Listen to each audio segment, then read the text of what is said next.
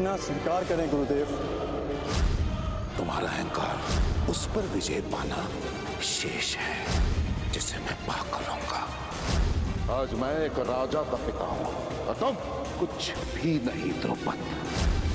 इसलिए मैं भारद्वाज पुत्र द्रोण, हस्तिनापुर राजगुरु द्रोण, पांचाल का आधा राज्य द्रुपद को दान में देता हूं।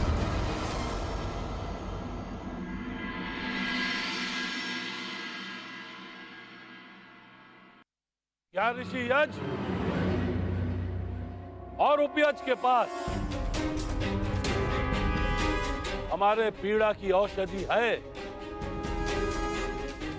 या हमें यहां से भी खाली हाथ जाना पड़ेगा?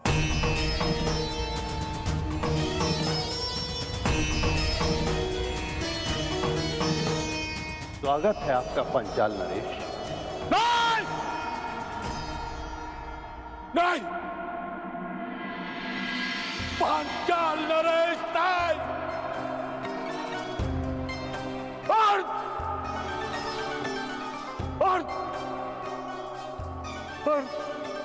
पांचाल नरेश कहिए।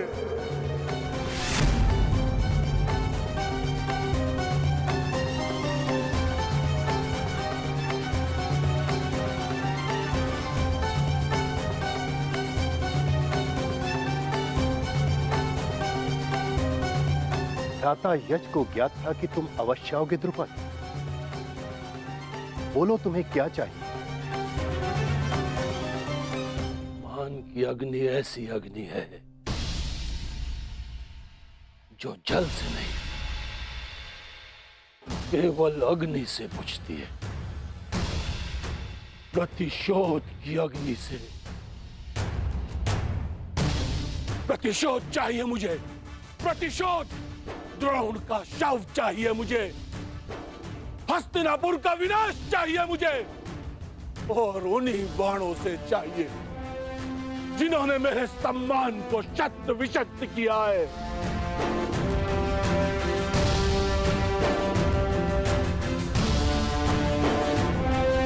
क्या ये सब कुछ देने में सक्षम है आप?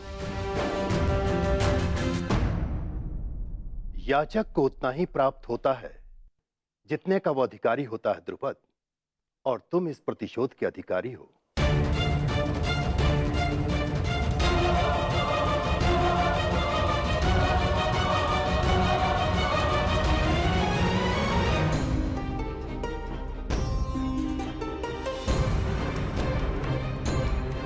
मैं सबके समक्ष अर्जुन को द्वंद्व की चुनौती देता हूं।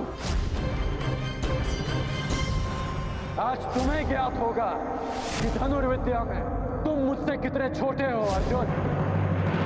अब बातों के बाढ़ चल चुके हो तो धनुर्ज्ञान दिखाओ, अन्यथा पराजय स्वीकार करो। विजेता का चयन शेष है कुमार अर्जुन। यदि तुम वही अर्जुन हो जिसे मैं वर्षों से जानता हूं, तो मुझे पूर्ण विश्वास है कि तुम अपना अधूरा द्वंद्व अवश्य पूरा करोगे। आज यहां आचार्य द्रोण की बनाई हुई सीमा नहीं है अर्जुन। अर्जुन!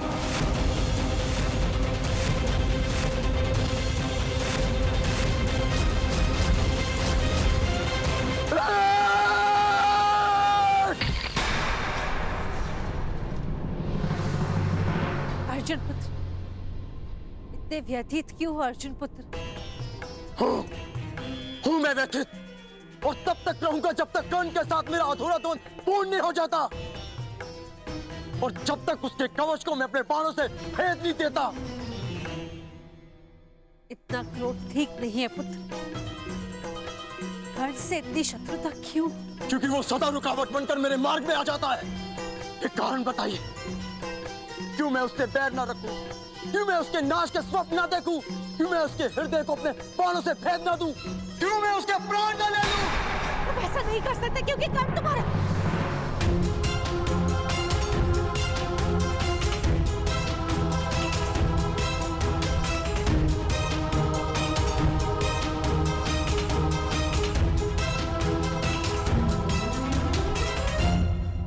तुम ऐसा नहीं कर सकते।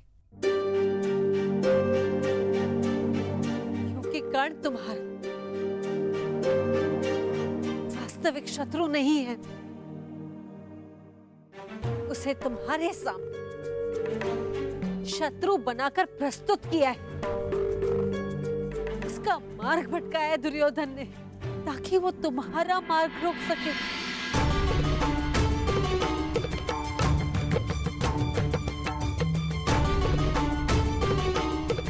यही रंगभूमि में हो, भानुमति के स्वयंवर में भी यही हुआ। ईश्वर जान कब तक दुर्योधन उसे अस्त्र बनाकर तुम पर प्रहार करवाता रहेगा। कब तक तुम कर्ण को दोषी समझते रहोगे। कब तक कर्ण दुर्योधन के कारण दुख सहता है।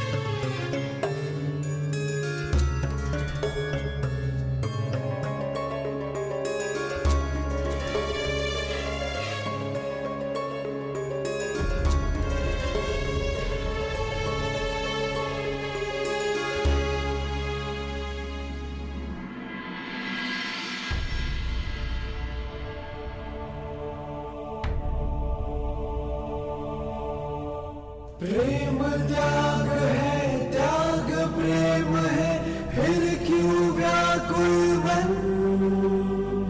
पीर है मन में, अग्नि तन में, जीवन है ये रण।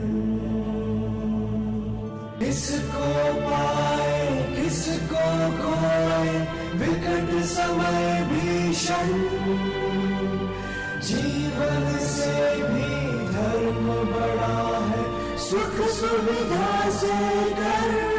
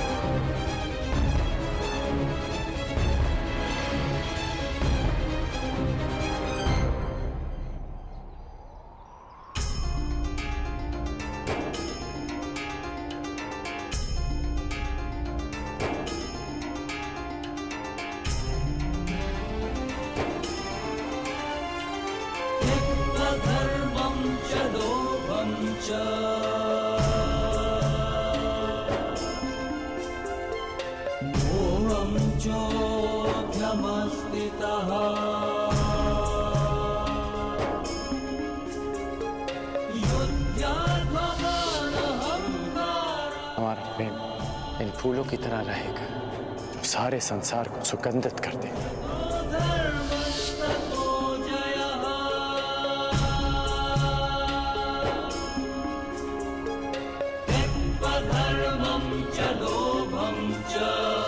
इन पुष्पों का एक गुण नहीं होगा हमारे प्रेम। वो क्या? ये हमारा प्रेम कभी मुरझाएगा नहीं।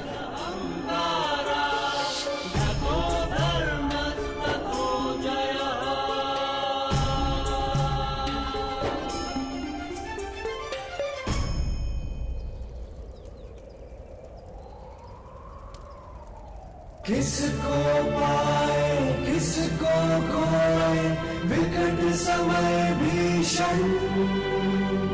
जीवन से भी धर्म बड़ा है, सुख सुविधा से कर। लाक्षागृह का निर्माण अपने सही समय पर हो जाना चाहिए, बल्कि हो ही जाना चाहिए पुरोचन। प्रयास तो मेरा भी यही है महाराज, परंतु इतने कम समय में निर्माण संभव ही नहीं है। संभव है।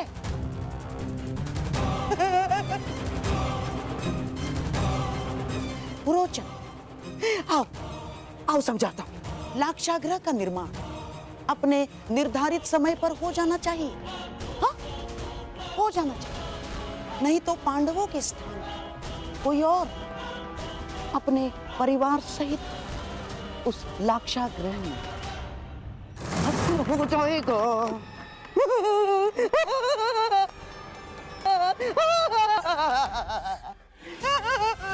पुरोचन, लाक्षागृह का निर्माण हो जाएगा ना? है? जी गंधार भाई भाई कभी कभी ऐसा काम कर देता है जो साहस भी नहीं कर सकता। जाओ पुरोचन, पुरस्कार तुम्हारी प्रतीक्षा कर रहा है। जाओ जाओ। लाक्षागृह तो बन जाएगा, परंतु आवश्यक ये है कि दुर्योधन का भानुमति के साथ विवाह बिना किसी विघ्न के संपन्न हो जाए।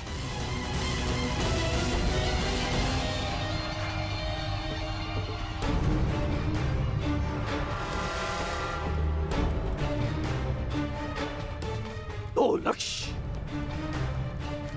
द्रोण का वध और हस्तिनापुर का विनाश। तो यज्ञ में दो आहुति, दो संतान, एक पुत्र द्रोण के वध के लिए, एक पुत्री हस्तिनापुर के विनाश के लिए। तो फिर प्रतीक्षा कैसी? यज्ञ आरंभ कीजिए।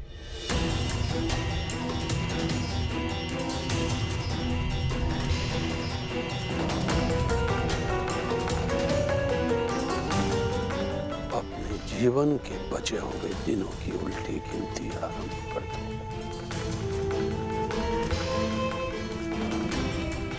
जब तक मैं अपनी इच्छा पूर्ण नहीं कर लेता,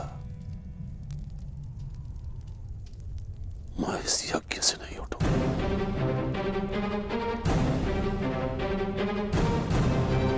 इस यज्ञ से हस्तिनापुर का विनाश उत्पन्न होगा।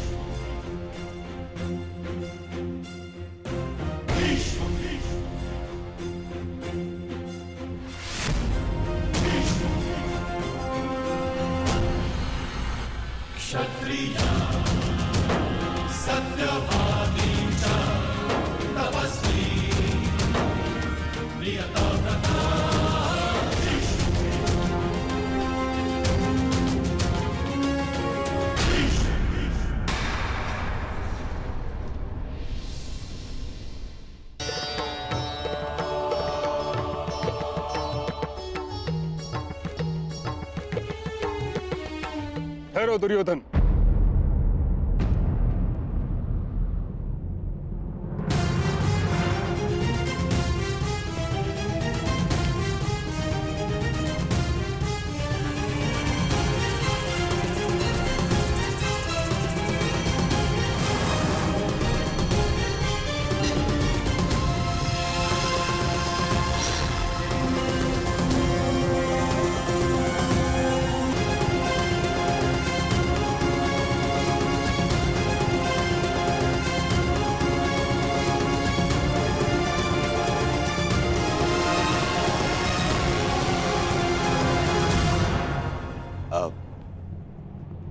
आइए पितामह, मैं सौभाग्यशाली हूं कि मुझे मेरे विवाह में आपका आशीर्वाद मिलेगा। आइए।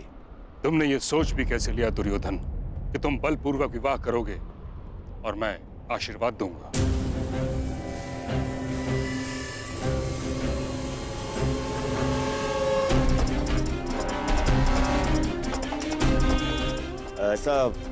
ऐसा नहीं है पितामह। ये विवाह भानुमति की सहमति से ही हो रहा है।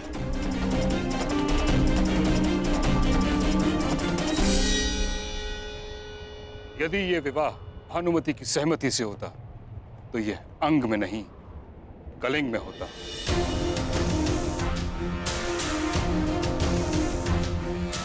तुम्हें हरण करने की आवश्यकता नहीं होती दुर्योधन।